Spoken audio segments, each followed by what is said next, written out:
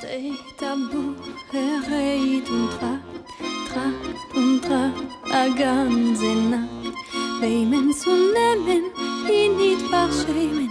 Bei men zu nehmen, ihn nicht Olá, verschämen. bem-vindos ao nono episódio dos Encontros Espirituais.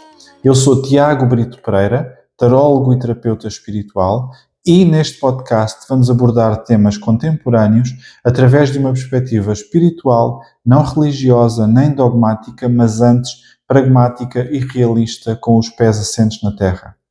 Neste espaço semanal teremos uma reflexão pessoal e uma conversa aberta com convidados, onde aprenderemos juntos como ultrapassar os desafios e aproveitar as oportunidades que o universo nos apresenta. Esta semana vamos falar de fisioterapia pediátrica, especialmente dedicada à recuperação de bebés. Vamos também perceber de que maneira é que a ciência e a espiritualidade podem trabalhar juntas e, na segunda parte, irei entrevistar a Carla Boto da Rocha, fisioterapeuta pediátrica e diretora da clínica Doutora Ranhocas, em Benavente. Será o método científico uma forma de desenvolvimento espiritual? Eu acredito que sim, e a ciência está de mãos dadas com a espiritualidade. Cada vez mais vamos tendo provas disso. Quando pedimos a alguém, seja médico, enfermeiro, fisioterapeuta, para cuidar do nosso filho, num episódio de doença, quando as crianças estão no seu estado mais vulnerável e mais frágil e nós vamos pedir ajuda a alguém que muitas vezes nem conhecemos, não será esta confiança num especialista uma forma de fé, uma forma de amor, uma forma de espiritualidade ou uma manifestação da espiritualidade? Eu acho que sim. No primeiro episódio dos Encontros Espirituais falámos dos laços de sangue entre a grávida e o bebê. Quem não viu pode ir ver o primeiro episódio, onde nós falamos muito de uma perspectiva espiritual sobre como se desenvolve o feto, o que acontece ao corpo da grávida e os laços que se criam tanto a nível sanguíneo como a nível energético entre a mãe e o bebê. Este episódio é mais dedicado já após o nascimento do bebê ao cuidado quando surgem problemas de saúde. Vamos na segunda parte falar com a Carla. A Carla é fisioterapeuta pediátrica, especializada em bebés com problemas respiratórios e faz um trabalho magnífico na reabilitação de crianças. Antes disso, vamos só explorar aqui um pouco a relação entre a ciência e a espiritualidade como uma forma de cuidar do próximo. Cuidar de um bebê é uma das tarefas mais desafiantes e transformadoras que existem. Desde o momento em que nasce, um bebê depende completamente dos adultos à sua volta, para comer, para dormir, para estar em segurança e, claro, até para respirar. E quando há sinais de que algo não está bem, como uma tosse persistente, dificuldades em respirar ou apenas aquele instinto de que o bebê precisa de algo, precisa de mais apoio, o coração da mãe ou do pai entra em alerta, o chamado instinto materno dispara. É aí que entra também a importância de sabermos pedir ajuda. Temos de reconhecer que não temos de fazer tudo sozinhos, temos de reconhecer que às vezes o melhor cuidado que podemos dar a um filho é colocá-lo nas mãos de quem sabe, de quem estudou, de quem tem experiência, é colocá-lo nas mãos de um profissional. A fisioterapia pediátrica, sobretudo a fisioterapia pediátrica respiratória, é uma área que muitos pais ainda desconhecem, mas que pode fazer toda a diferença. Um bebê que não consegue libertar as suas vias respiratórias, não consegue dormir bem, não se consegue alimentar bem, não cresce de forma confortável. E este tipo de fisioterapia pediátrica ajuda a aliviar sintomas, a prevenir complicações e a melhorar a qualidade de vida, não só do bebê, mas também da sua família. E é aqui que entra o cruzamento entre ciência e espiritualidade. A confiança num especialista é um ato de coragem, é um ato de fé.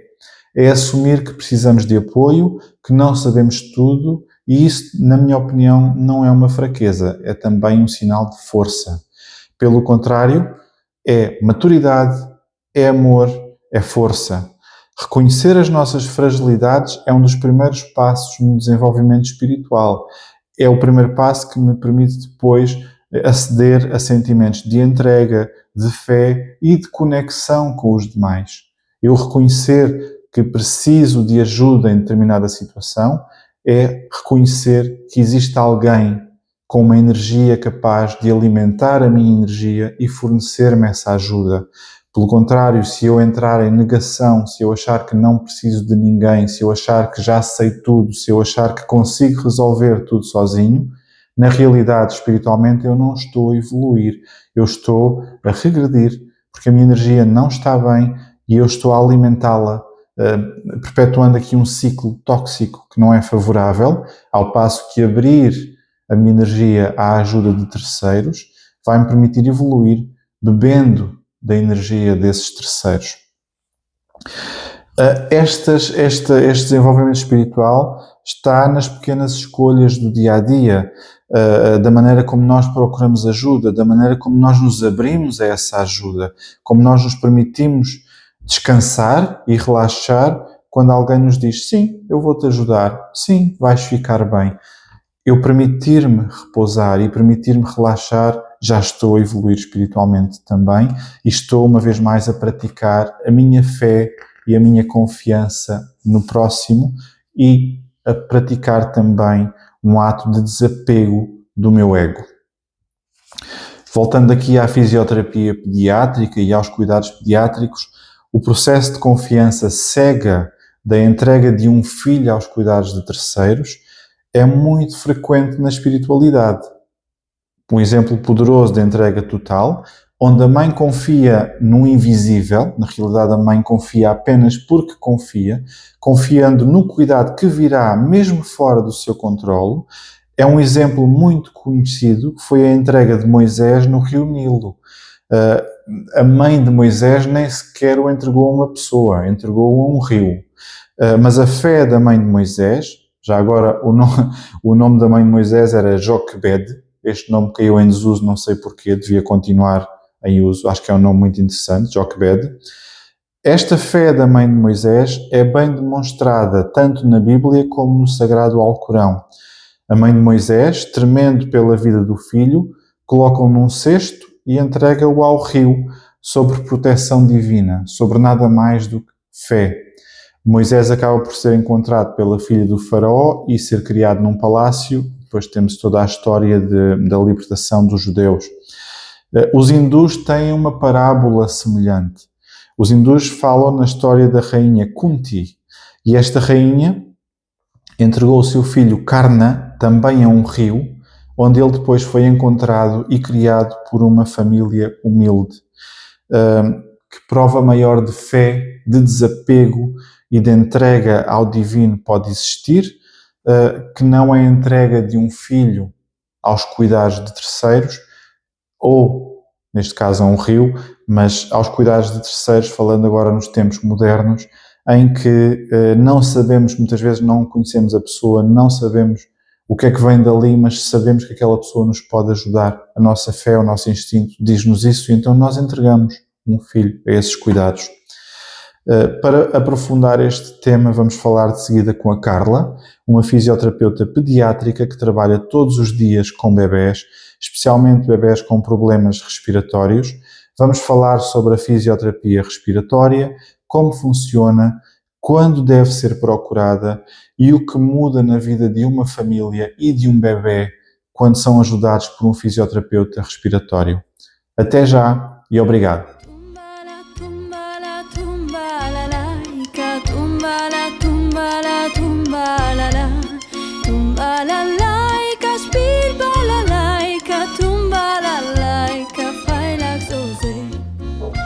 Olá, bem-vindos à segunda parte dos Encontros Espirituais. Hoje eu vim a Benavente falar com a doutora Carla Boto da Rocha na sua clínica. A clínica é a doutora Ranhocas, em Benavente. A Carla é minha conhecida há muitos anos, tem uma licenciatura em Fisioterapia pela Escola Superior de Saúde do Alcoitão, é mestre em Psicologia da Saúde pelo ISPA, tem imensos cursos de especialização em Fisioterapia Respiratória Pediátrica e em assimetrias cranianas e torcícolis nos bebés e crianças na primeira infância. A Carla é uma mulher de muita luta. A Carla tem muitos anos de experiência e o ano passado decidiu abrir uma clínica e desde então se encontra na posição também de diretora clínica deste espaço maravilhoso onde estamos, com uma energia fantástica. A Carla coordena uma equipa neste momento de 11 profissionais de saúde, todos vocacionados para a criança e para a mãe, e realiza consultas exclusivas de fisioterapia respiratória pediátrica e de desenvolvimento pediátrico. Na clínica da doutora Ranhocas, a Carla recebe crianças de norte a sul do país. O trabalho da Carla é muito pelo passa-palavra e esta conquista de ser reconhecida apenas pelo passa-palavra é para a Carla a maior gratificação e reconhecimento do seu trabalho.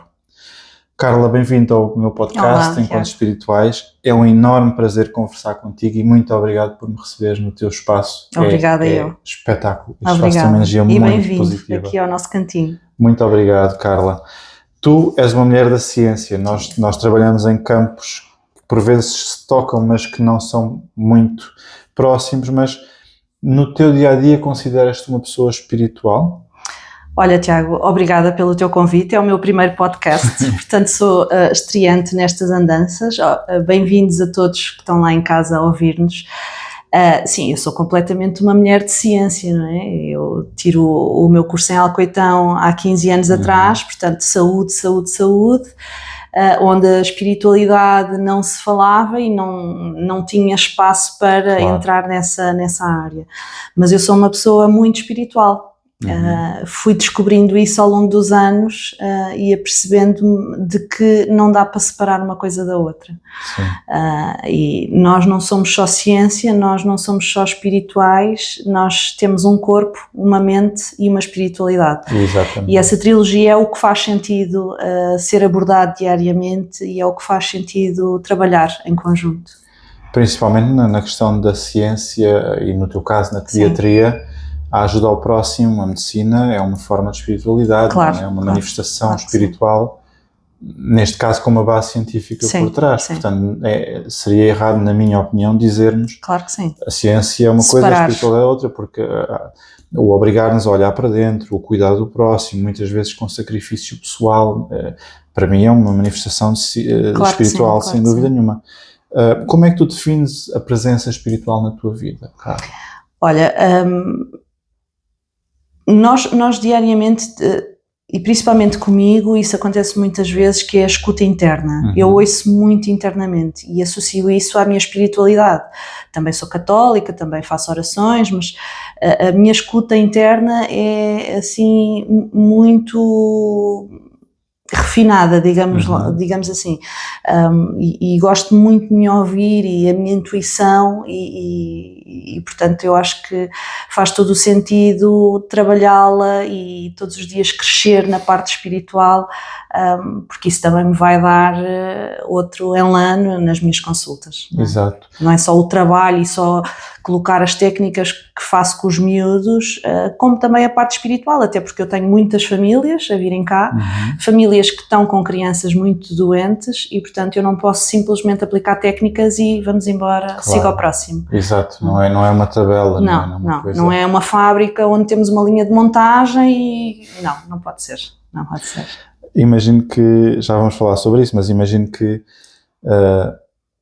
lidas com famílias podem ser extremamente espirituais, ou seja, porem em ti quase a função de milagre ou o ónus de fazer um milagre, com uma expectativa por vezes até irreal. Sim. Como podes lidar com famílias que não são de todo espirituais, certo? Há de tudo. Recebemos crianças de norte a sul, como já referiste, famílias que são muito preocupadas, outras nem tanto, famílias muito espirituais, outras nem tanto, e portanto temos que saber às vezes encaixar-nos na realidade daquela família e estarmos com aquela família, de acordo com as crenças de cada um, não é? Mas nós aqui temos lugar para toda a gente. Sim. E, portanto, não trancamos as portas a ninguém, seja ela espiritual, a família ou não. Qualquer espaço com boa energia tem essa postura, sim, não é? Sim. A fisioterapia pediátrica é uma coisa interessante. Eu desconhecia, até te conhecer, não sabia que existia fisioterapia pediátrica. Como é que surgiu o interesse nesta área específica? Olha, a fisioterapia tem várias especialidades. Nós temos fisioterapia no desporto, fisioterapia neurológica, fisioterapia pediátrica. Portanto, a fisioterapia é um mundo. E nós, quando ingressamos no nosso curso, na nossa licenciatura, vamos tendo contacto com as diversas especialidades. E sabes que a pediatria sempre foi aquela área que me suscitou aqui muito interesse, mesmo eu na altura não era mãe, mas já gostava particularmente da pediatria. E foi surgindo. Eu não trabalho na pediatria desde sempre. Foquei-me essencialmente depois do Covid, que a fisioterapia respiratória também ganha aqui uma valorização muito maior com as questões das infecções respiratórias no Covid, e portanto aproveitei muito essa questão de estarmos isolados para me estar a focar mais nessa área. Portanto, tu trabalhavas fisioterapia pediátrica, mas não especificamente respiratória? Sim, não especificamente respiratória, também trabalhei muito como fisioterapeuta de adultos, mas era uma área que não me fascinava. Claro. Só para... Pronto, porque estamos a conversar, eu acordava todos os dias de manhã sem vontade de ir trabalhar, e portanto eu acho que isso não é bom para ninguém, e nós não aguentamos muitos anos assim nesse registro. E depois fui descobrindo a fisioterapia pediátrica, tanto no desenvolvimento como nas questões respiratórias, e foi uma coisa que me acalentou aqui um bocadinho o coração. E depois de ser mãe, não é? Claro. Fez todo mais sentido, porque os meus filhos também ficavam doentes, também tinham infecções respiratórias, e eu comecei a pôr em prática neles e a perceber, não, é isto que eu quero fazer, é isto que eu gosto, e portanto vamos avançar.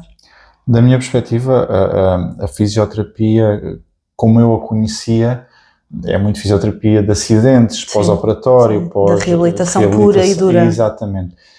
Em que é que consiste exatamente a fisioterapia respiratória em bebés? São seres tão frágeis, não é? Como é que se faz e em que é que isso consiste, Carla? Olha, a fisioterapia pediátrica já existe há muitos anos, muito vulgarmente e erradamente chamada como cinesioterapia respiratória ou ginástica respiratória. Talvez estes termos sejam mais familiares, mas são termos que não estão corretos. Portanto, o termo correto é mesmo fisioterapia respiratória pediátrica.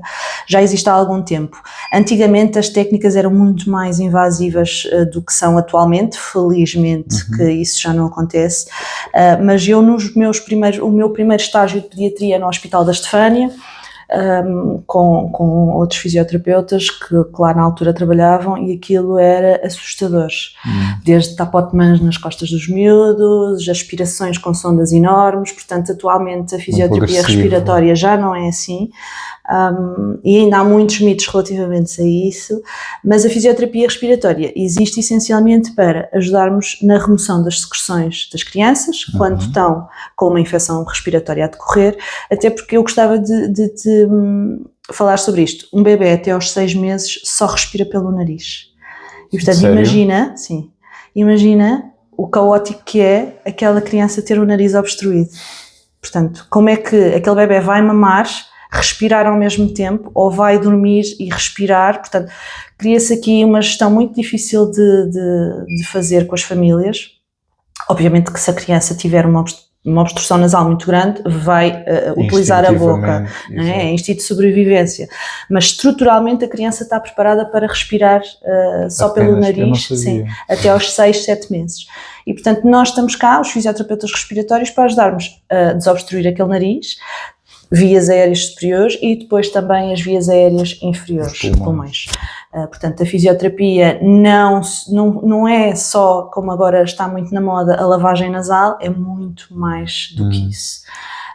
E essencialmente para melhorarmos aqui um sistema respiratório, para a criança conseguir comer, dormir, estar como deve ser, e isso num bebê é muito assustador. As famílias relatam muitas vezes, é assustador ver o meu bebê com falta de ar. Sem conseguir respirar. É assustador ver a minha criança com dificuldade respiratória.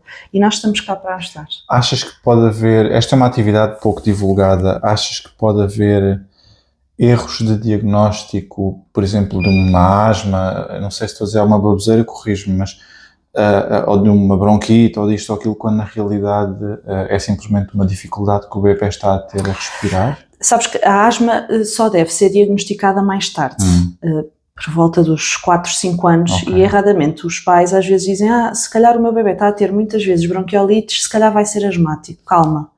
Não é? Pode eventualmente uma coisa levar à outra, mas não necessariamente significa que um bebê com muitas bronquiolites seja asmático no futuro. Aquilo que é importante nós referirmos aqui é que as crianças têm obstrução nasal, certo? Às vezes vão ao hospital porque os pais ficam assustados Claro. e querem perceber o que é que se passa. E os médicos dizem, não, isso é tudo superior, isso é só nariz, vamos colocar umas gotinhas. E eu não sei se tu tens ideia, a bronquiolite começa sempre por obstrução nasal, sempre. Mas depois evolui, não é? Sim, vai E aquele ranho que efetivamente estava nos primeiros 2, 3 dias cá em cima, posteriormente vai atingir os pulmões. E portanto, aquela criança que inicialmente estava com uma obstrução nasal, passado 3 ou 4 dias já tem uma bronquiolite e esse diagnóstico nunca chega, não é? Portanto, são crianças que não é a questão de estarem mal diagnosticadas, mas a doença evolui e portanto é preciso nós irmos acompanhando diariamente a evolução desta doença para também conseguirmos acompanhar a criança e darmos resposta a estas situações. O teu nome é uma referência neste mundo da parte da fisioterapia pediátrica, mas é uma atividade pouco divulgada. Sim. Como eu disse, pouca gente conhece a fisioterapia nesta vertente pediátrica. É mais a reabilitação que falámos há pouco. Quais é que foram os maiores desafios que enfrentaste para iniciar a tua atividade? Olha, eu desenvolvo mais a questão da fisioterapia respiratória pediátrica após Covid.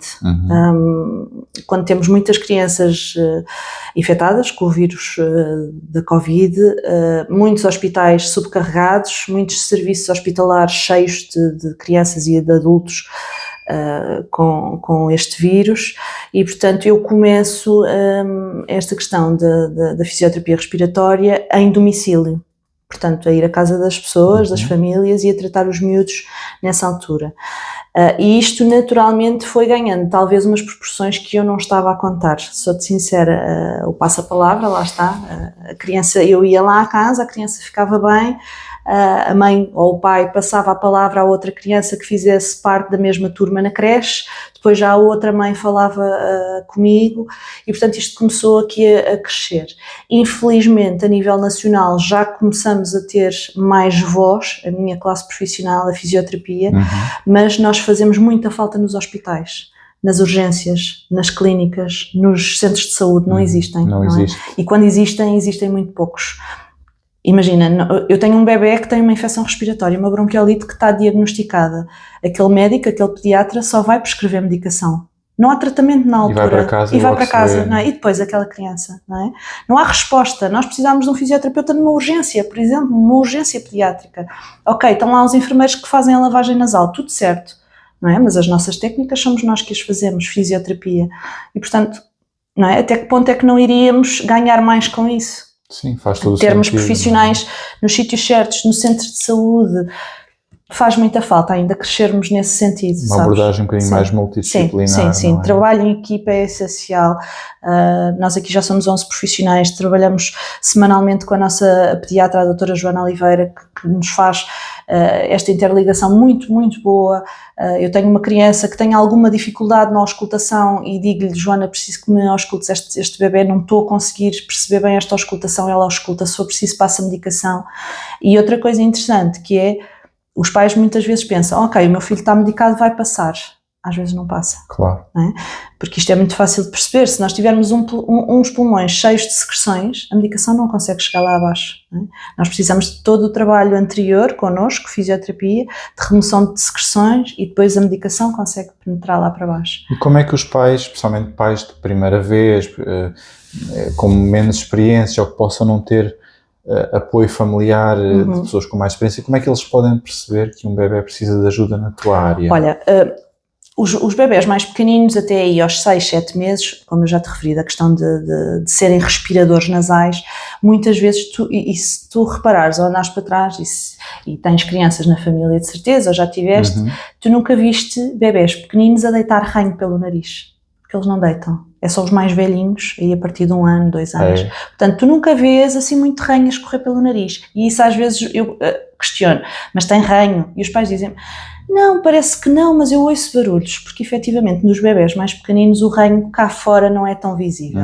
Sinais que os pais devem estar atentos. Começou a comer piores, ou quando está na maminha ou no biberon faz várias pausas porque não consegue mamar tudo de seguida e tem que parar para respirar. Ok? Para descansar. Para descansar, exatamente. Porque entre comeres ou respirares, não é? vamos ter que respirar primeiro. Claro. Bebés que dormem mal, bebés que fazem muitos barulhos ao dormir, bebés que estão constantemente com tosse. Eu quando digo bebés é crianças também, na primeira infância. Crianças. Depois existem outros sinais mais complicados, que é a tiragem, a questão da tiragem, que são as costelas a afundarem, os buraquinhos nas costelas, isso já é mesmo sinal de dificuldade respiratória. Temos a cianose labial, quando começam a ficar com os lábios mais azulados, portanto esses já são outros sinais de emergência médica mesmo. Mas temos uns sintomas anteriores, portanto quando a doença começa a instalar-se, mais simples, mas os pais sabem sempre, Tiago, sabes? E a espiritualidade nas famílias atua muito, muito bem nesse sentido, porque em 15 anos de trabalho nunca tive nenhuma mãe que não soubesse quando precisava de ajuda, sabes? O instinto materno virou de cima. É super curioso, e eu digo sempre, não há pessoa que conhece melhor o seu filho do que a mãe, não há, e é muito interessante. Portanto, as mães devem confiar na sua intuição. Sim, cada vez mais as mães têm que confiar nelas próprias, as mães sabem sempre o que é que os filhos precisam, sempre. É interessante, não és a primeira pessoa a dizer isso da área, não é? E nós ouvimos o contrário, não é? Está a exagerar. Está a exagerar. E a ansiedade às vezes pode ser um fator. E então famílias de primeira viagem, famílias que têm um filho pela primeira vez, estão a aprender a serem pais e mães, não é? E aquela criança está a aprender também a ser criança. A aprender no momento. No momento, dia a dia, com aquele stress e aquela ansiedade, e às vezes as mães até pensam, se calhar estou a exagerar, se calhar isto sou eu que já estou aqui a imaginar coisas, mas não. As mães sabem sempre e devem confiar nos instintos delas. E com os anos que já tens de experiência, não só em bebés, mas também na tua área, quais são os principais mitos e coisas erradas que tu ouves aqui? De certo que por vezes também, do ponto de vista espiritual, confunde-se e vão-se buscar mesinhas que não fazem sentido nenhum e situações. Quais são os principais mitos que já te passaram pelas mãos? Sabes que um dos estágios que eu fiz, ainda estava a estudar, foi no Hospital de São José, na unidade dos queimados, na pediatria. E eu ainda não era mãe, felizmente, porque atualmente se estivesse num serviço desses, provavelmente não conseguiria lá trabalhar. Porque é assustador a quantidade de crianças que são queimadas com os chamados vapores. Que aquilo que as nossas avós faziam. Tem tosse, está constipada, vamos pôr uma bacia com água a ferver. Quantas vezes? Uns raminhos de eucalipto lá para dentro, uma toalha por cima e, portanto, vamos abafar a criança, que é para ver se ela fica melhor. Tu não tens noção da quantidade de crianças que eram queimadas com essas mesinhas. Felizmente isso atualmente já não deve acontecer, porque existem outros tratamentos para essas questões. Mas isso era uma das questões muito frequentes que nos aconteciam. Outra questão e outro mito da fisioterapia respiratória é que dói, não dói absolutamente nada, não é? Nós utilizamos técnicas que não são invasivas, portanto desde a lavagem nasal a uma drenagem rinoposterior, as técnicas que utilizamos de expansão torácica, as técnicas não doem. A criança não sofre. A criança não sofre, agora a criança chora. É verdade, a criança chora. Primeiro porque não nos conhece, não é? Ou quando já nos conhece também vai continuar a chorar. Claro. Depois porque nós a seguramos e estamos ali em contenção e os bebés e as crianças não gostam. Claro. E portanto é muito normal que as crianças chorem. Mas os pais ficam muito aflitos, mas a fisioterapia respiratória não dói. Tá bem? Isso é um dos mitos que temos que tentar trabalhar um bocadinho neles. E outra questão, que é os pais acharem que a fisioterapia respiratória só deve ser feita depois do médico prescrever. Isso é mentira, está bem? Nós temos um curso superior, estamos completamente capacitados para avaliar aquela criança, para intervir naquela criança, com a nossa avaliação, com a nossa intervenção, e portanto, desde os primeiros sintomas até ao meio da doença, até ao fim da doença, nós podemos... E imagino que se fizer falta, serão vocês até referenciar depois um médico. Sim. Obviamente que se eu vir que a situação não é para mim, eu não meto as mãos, claro. não intervenho e reencaminho automaticamente aquela criança para um serviço de urgência, não é? Exatamente. Mas os pais têm que tentar perceber que não devem vir à fisioterapia só quando a doença já está muito instalada, porque às vezes também não é fácil para nós, não é? Estarmos a debelar ali uma infecção respiratória muito grave, às vezes não conseguimos fazer nada e os pais acham que nós é que íamos resolver a situação e nós dizemos, eu não consigo fazer nada, eu não consigo ajudar, vamos ter que ir ao hospital. E o que é mais difícil para ti, Carla? Porque na primeira parte falei sobre isso, a questão de o entregar um bebê a alguém é um gesto muito forte, simbolicamente a nível espiritual, é um gesto de confiança, não é? Uma pessoa que não te conhece de lado nenhum, que apenas porque alguém disse que tu eras boa, vem aqui, mete aqui um miúdo e agora tome conta da saúde dele. O que é para ti mais difícil de gerir? É a tratar o bebê ou por vezes a ansiedade dos pais? Eu costumo dizer que trabalhar na pediatria é muito fácil, porque trabalhar com crianças é muito fácil, o difícil são os pais. Perdoem-me os pais, mas é sempre o mais difícil, não é? Que é uma reação normal claro, também, não é? Claro, obviamente, porque a criança ri-se muito, não é? Quando não me conhecem, então acham que eu sou mais uma amiga.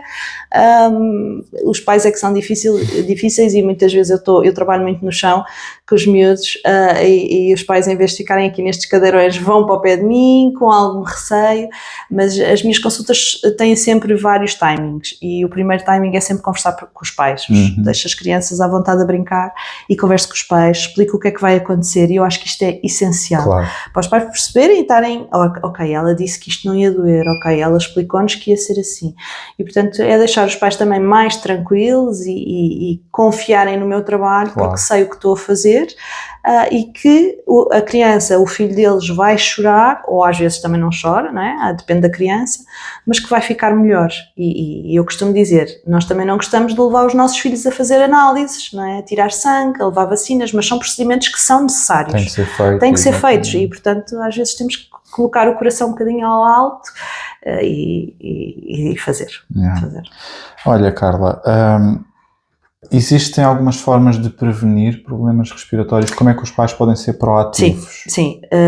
Isso é muito falado, principalmente quando estamos na mudança de estações, principalmente a partir de setembro. É uma questão que eu faço questão, e desculpa a redundância, de falar muito com as famílias, que é famílias fumadoras, muito complicado. As crianças não devem estar expostas ao tabaco. Se os pais não conseguirem deixar de fumar, colocam uma t-shirt e fumem fora de casa, com t-shirts próprios para o efeito, e depois, porque os pais dizem, mas eu vou fumar à rua e depois lavo as mãos, não interessa, isso não chega, continua lá. As partículas ficam na roupa, portanto, se querem fumar, vão para fora de casa sempre, usem sempre a mesma t-shirt, o mesmo casaco, e depois tiram e deixam ficar, não estejam em contacto com a criança com aquela roupa. Depois as creches são necessárias, porque nós precisamos de trabalhar, os pais precisam de colocar os miúdos na creche, mas é o que é, não é? Os primeiros anos de creche são complicados e o que eu digo sempre é, uma criança que chega da creche, retirar imediatamente a roupa, colocar para lavar e banho. Deem banho às crianças quando chegam da creche. Assim que chegam da creche. Sim. Não os deixem ir brincar para o quarto ou para cima do sofá ou para a cama. Deem-lhes banho, por favor, quando chegam da creche. Depois as lavagens nasais. As lavagens nasais não devem ser feitas rotineiramente para não estarmos aqui a melindrar a mucosa, mas em crianças que fazem creche, se calhar quando chegam da creche, estão a tomar banho e fazem uma lavagem nasal para limparmos aqui a região da mucosa para não estarmos com tanta exposição viral. As vacinas, que é outro tema ainda algo controverso, mas as vacinas são essenciais, claro, não é? E felizmente que existem para nos prevenir de doenças mais graves. Mas essencialmente são estas as questões que eu falo muito com os pais em consulta. É um tema, a minha opinião, eu digo isto a todos os meus clientes com quem falo, a espiritualidade dá-nos muita liberdade de pensamento, liberdade de ação, porque a minha responsabilidade é essencialmente minha. Mas quando entramos, eu digo sempre isto aos meus clientes, nós não devemos ir contra aquilo que é um consenso científico. Claro. Estou-me a referir às vacinas, não é? Sim. Pode haver uma voz dissonante, mas essa voz dissonante tem de ser, ok, se vai contra o consenso, tem de ter uma lógica por trás. Claro. E não apenas porque acredito. Sim. A evidência científica, não é? Exatamente. Tu sentes que o movimento é uma pergunta controversa e respeitando, na minha opinião, não a tua, nem o teu espaço, mas a minha opinião, respeitando que as pessoas podem não acreditar em vacinas, mas isso não quer dizer que as pessoas estejam certas, porque eu acho que o consenso científico prova-me que as vacinas salvam mais vidas do que hipoteticamente pudessem. Tu achas que se começa a ser um perigo para os bebés o movimento anti-vacina? Completamente. E nós, desde que a vacina do VSR, que é um dos agentes responsáveis da bronquiolite, o vírus VSR, vírus sincicial respiratório, o ano passado foram lançadas estas vacinas e eu já notei diferenças este ano nos miúdos que foram vacinados. Portanto, não inibe que a criança apanhe o vírus, que pode apanhar na mesma, mas as manifestações virais são muito menores. E, portanto, estamos a evitar que crianças que apanham este vírus vão parar, por exemplo, uma unidade de cuidados intensivos. Sim. E, portanto, isto, para as famílias, é mais do que prova de que as vacinas, se existem, têm que ser administradas, como a do sarampo, como todas as vacinas são importantes. E, portanto, eu sou toda a favor da vacinação infantil e, quer dizer, não podemos, só porque eu não acredito nas vacinas, eu não posso colocar a vida do meu filho em risco e a vida de outros filhos, de outras pessoas em risco. Acima de tudo, porque a falta de crença é parte de uma ignorância, porque a pessoa não sabe como é que a vacina funciona. É como dizerem, as vacinas podem provocar autismo, está bem, mas um Benuron também pode dar uma crise epilética, não é? Quer dizer, existem sempre efeitos secundários, não é?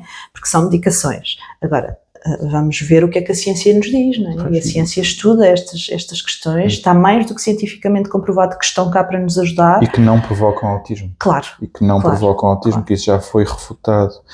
Olha, Carla, isso pode vir a ser um problema no futuro, certo? Ou seja, a falta de vacinação. E é irónico que as pessoas que são anti-vacinas são elas mesmas vacinadas. Sim, não é? E se calhar estão cá porque foram vacinadas. Isso não é? Mesmo, muito irónico isso.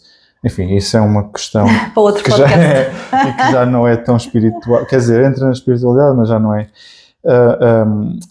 O teu trabalho exige uma grande sensibilidade também, ou seja, como é que tu lidas, por exemplo, com uma criança em que tu sabes perfeitamente o que é que se passa com aquela criança, mas depois tens um pai ou uma avó ou um avô que acha que sabe, entre aspas, que acha que sabe mais do que tu e que não aceita... E que vão ao Dr. Google.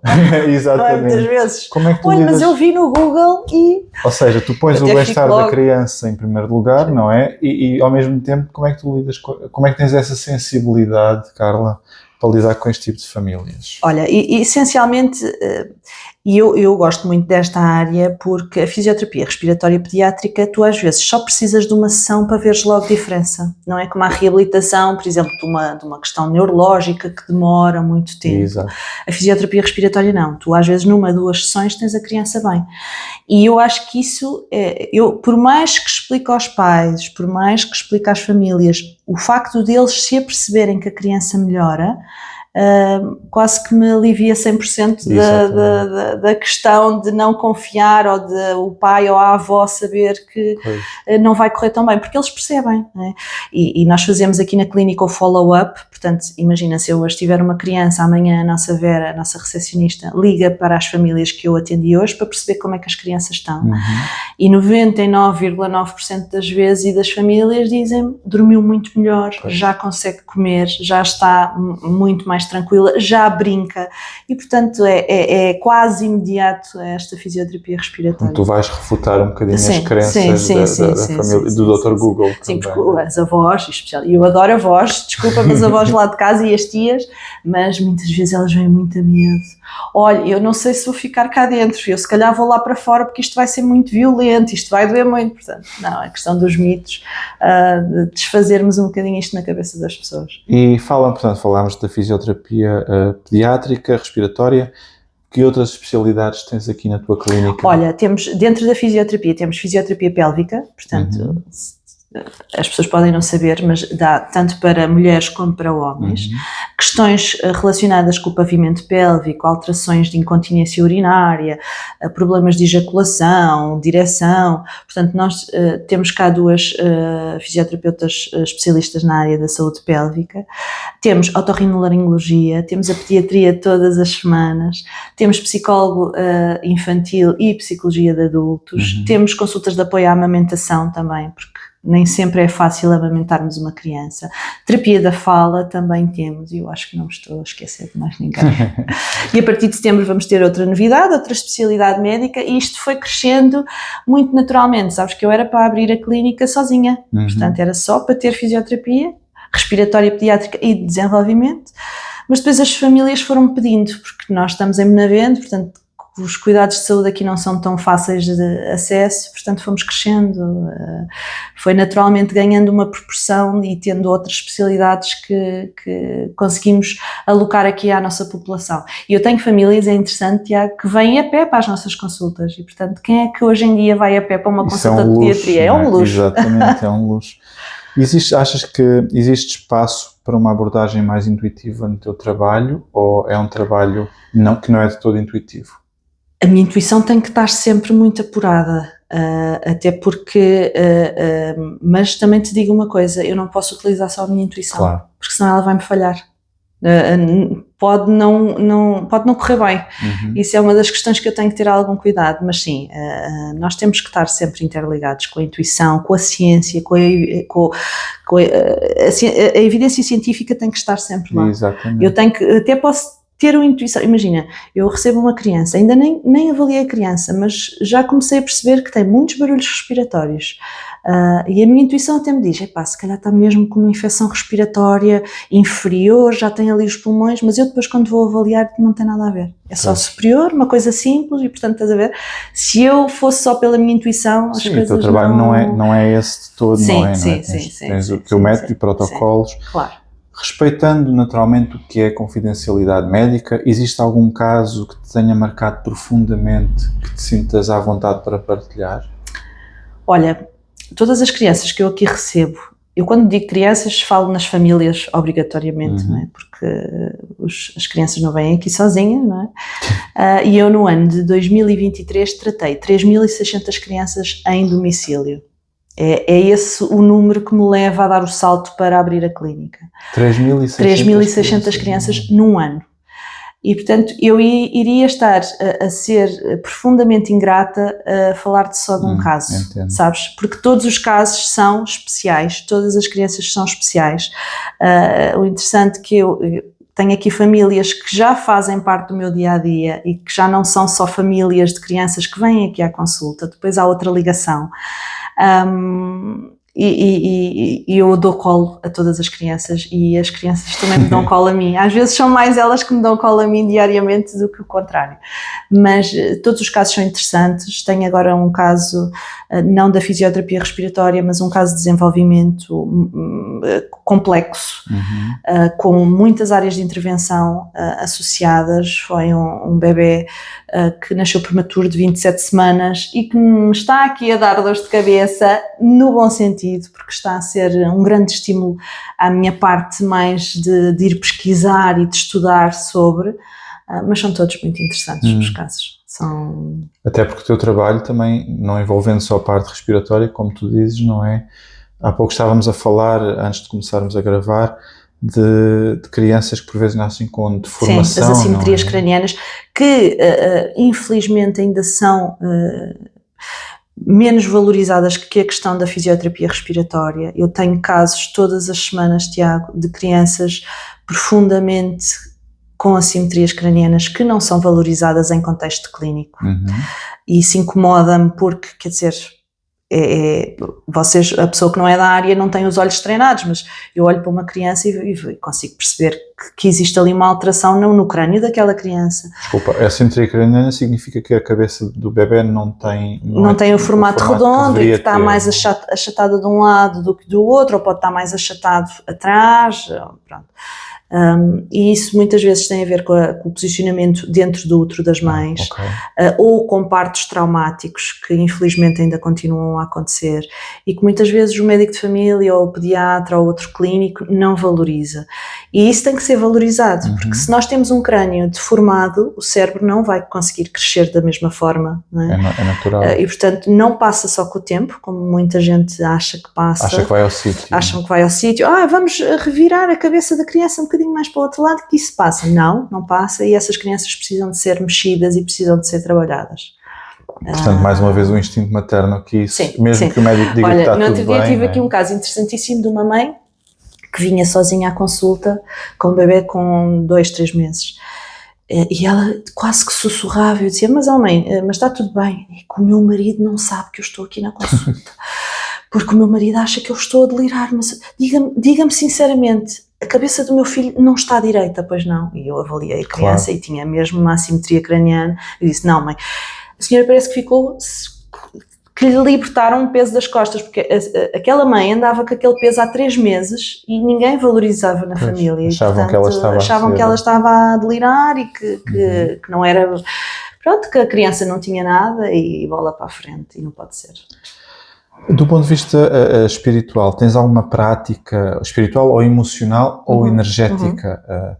Eu sei perfeitamente, conheço-te, que não és mulher de andar aí com penas de pavão a fazer coisas do género, eu sou muito prática, mas tens alguma prática que uses no dia a dia para lidar com o stress, principalmente depois de teres um dia daqueles muito duros aqui? Olha, eu faço terapia regularmente e passo a brasa à minha sardinha. Tenho aqui um psicólogo excelente na clínica, que é o meu querido e grande amigo Dr. Henrique, apesar de não fazer terapia regular com ele. Quando tenho aqueles dias maus, digo, Henrique, estou nas lonas, estou mesmo a precisar de um abraço. E eu sou uma mulher de afetos, eu sou uma mulher do toque. Para trabalhar com crianças. Eu sou uma mulher de tocar e, portanto, sou muito de abraços e de dar abraços às pessoas. E depois tenho uma característica muito interessante que o meu marido sabe perfeitamente quando eu estou assim mais desorganizada, que é organizar gavetas em casa. Eu tiro tudo cá para fora e ponho a organizar gavetas e o meu marido já sabe, pronto, ok, vou-te deixar sozinha. Deixar estar com as gavetas e pronto, e depois é estar com os meus filhos. Isto é uma forma de catarse, não é? Sim, catarse, um trabalho muito... Sim, metódico, que não tenho que pensar em nada e que estou ali a arrumar as coisas por cores. Não tenho as gavetas todas organizadas, mas quando preciso de me focar, são essas coisas que essencialmente gosto de fazer e estar com os meus filhos e com o meu marido. Faz todo o sentido. É a cereja no topo do Vais carregar baterias à família. Não é? E onde é que, se alguma vez aconteceu, onde é que a espiritualidade te enganou ou atrapalhou na tua vida? Quando só acho que a minha intuição está certa, não é? E depois não vou confirmar com a questão da evidência científica, é muito por aí. Eu não posso só contar com esta questão da intuição, porque isto também é mais do que só achar que eu estou a sentir que... Não, temos que ser muito racionais. A intuição também tem uma parte que é emocional. Sim, não é? Claro que sim. Carla, foi excelente. Eu aprendi muita coisa aqui nesta meia horita que estamos a falar. Carla, eu já tinha aprendido contigo antes, mas não sabia muita coisa que me ensinaste aqui hoje. Vou dizer a toda a gente que os bebés não respiram pela boca nos primeiros 6 meses, que eu não sabia. São respiradores nasais. Coitados, e agora entendo o sofrimento que deve ser para eles, realmente, quando está tudo obstruído. Outra coisa que eu gostava de dizer lá para casa, se me permitires, Tiago, é que nem sempre numa infecção respiratória existe febre.